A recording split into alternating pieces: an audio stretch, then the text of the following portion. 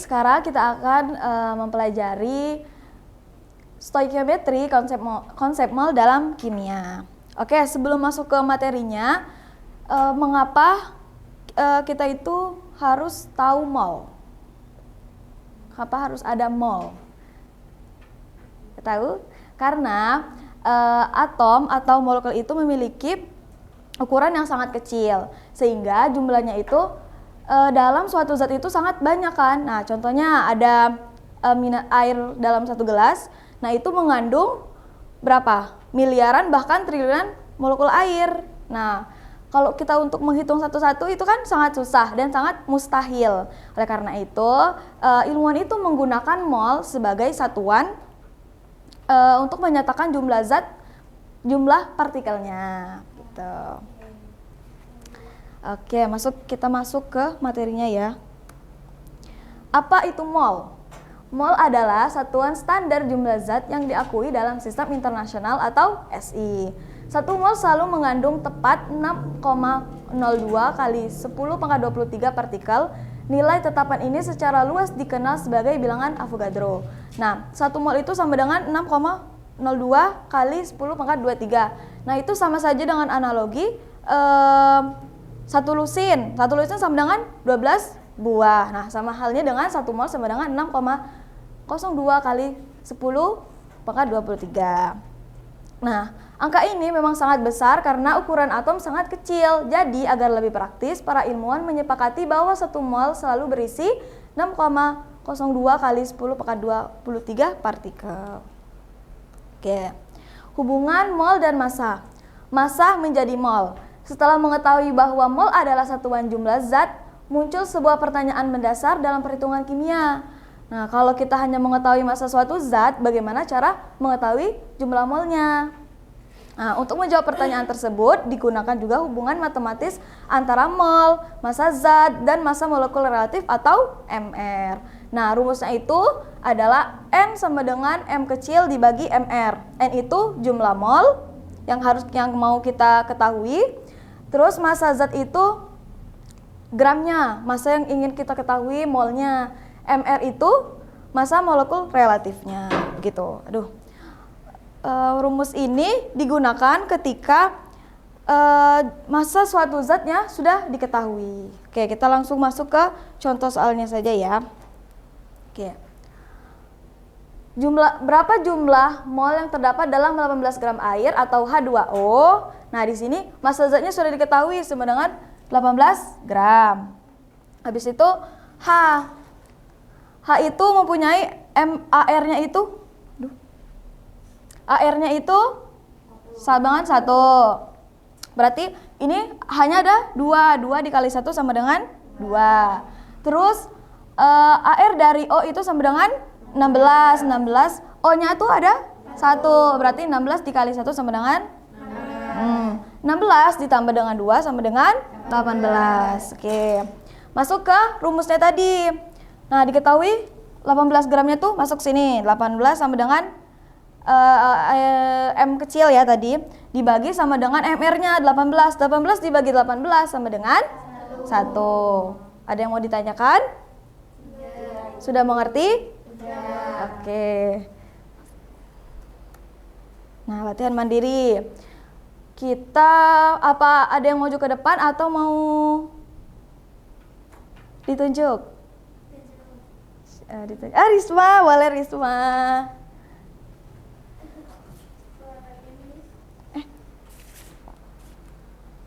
Oke. Udah, bisa langsung kok.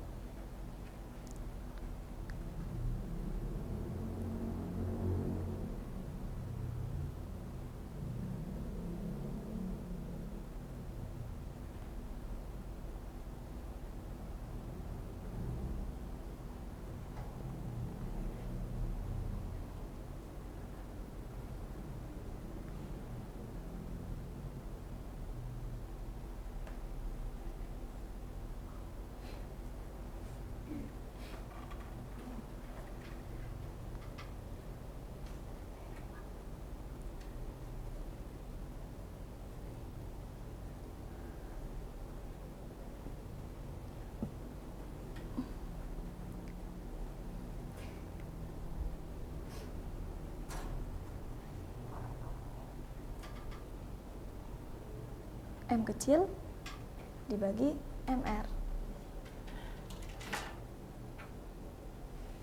dibagi 44.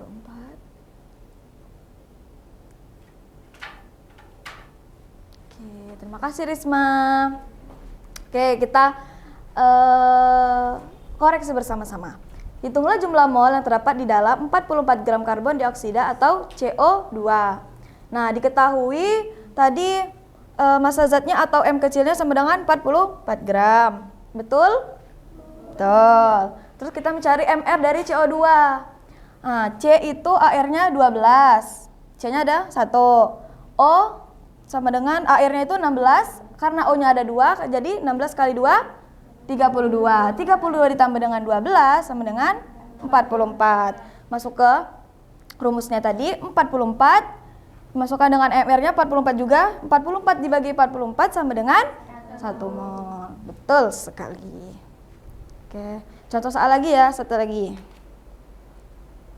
Nih, ada yang mau maju? Oh, Catherine, silakan.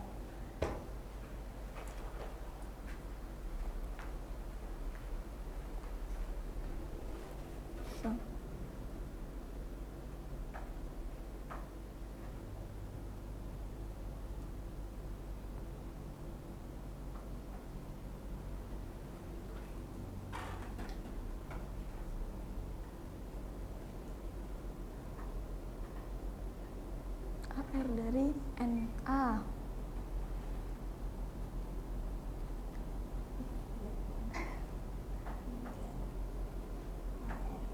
Cl 35,5.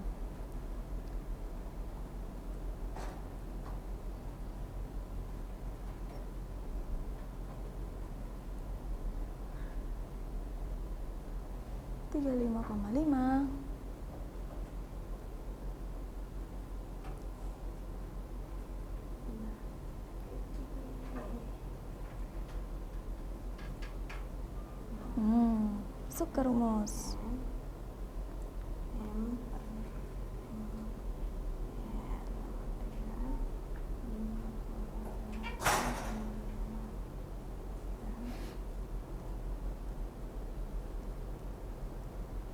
Gram.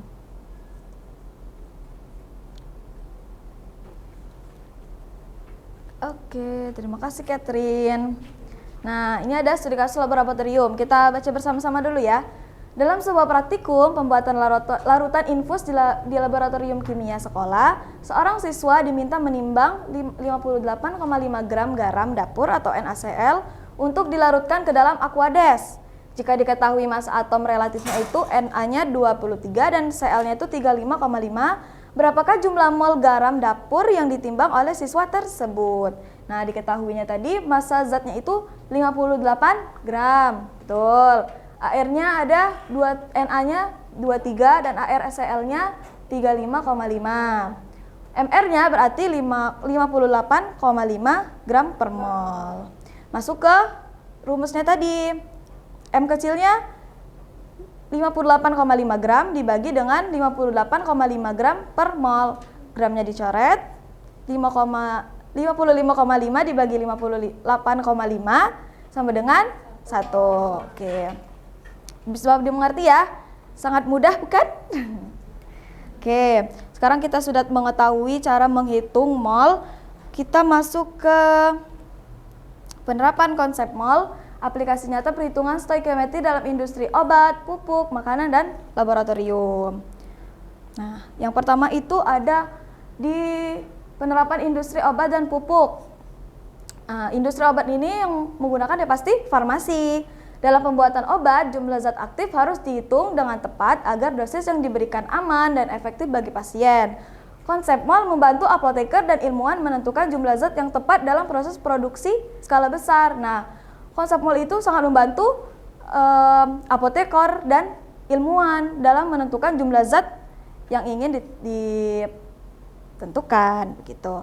Yang kedua ada pembentukan pupuk. Industri pupuk menghitung jumlah mol unsur nitrogen atau N, fosfor, dan kalium agar komposisi pupuk sesuai dengan kebutuhan nutrisi tanaman. Formulasi berbasis mol menjamin efisiensi pupuk dan hasil panen optimal. Jadi mol itu sangat penting sekali ya untuk pembuatan pupuk dan farmasi, pembuatan obat bagi farmasi. Oke, lanjut. Terus ada penerapan industri makanan dan lab. Nah, saat membuat produk makanan atau minuman, jumlah bahan kimia seperti asam sitrat, pengawet, atau pengatur keasaman dihitung berdasarkan jumlah zat atau mol, sehingga kualitas, cita rasa, dan keamanan produk tetap konsisten. Jadi seperti makanan cepat saji, bukan cepat saji sih, apa ya, yang langsung makan itu seperti sosis. Nah, itu kan butuh kan pengawet. Nah, itu harus dikira-kira jumlah zat mol yang digunakan. Terus ada praktikum di laboratorium. Ini sangat relate di kehidupan SMA ya, apalagi untuk mata pelajaran kimia. Ketika membuat larutan dengan konsentrasi tertentu atau molaritas, kita harus mengetahui terlebih dahulu jumlah mol zat yang akan dilarutkan agar larutan yang dibuat memiliki konsentrasi yang tepat dan presisi saat percobaan. Oke, sejauh ini ada ingin ditanyakan? Belum? Oke, jadi kita sudah mengetahui bahwa mol itu adalah satuan jumlah jumlah zat, dan kita juga sudah mengetahui penerapan mol itu di kehidupan sehari-hari. Baik, mungkin sekian dari saya, dari Ibu. Dan ada kesalahan saya, Ibu mohon maaf. Wassalamualaikum warahmatullahi wabarakatuh.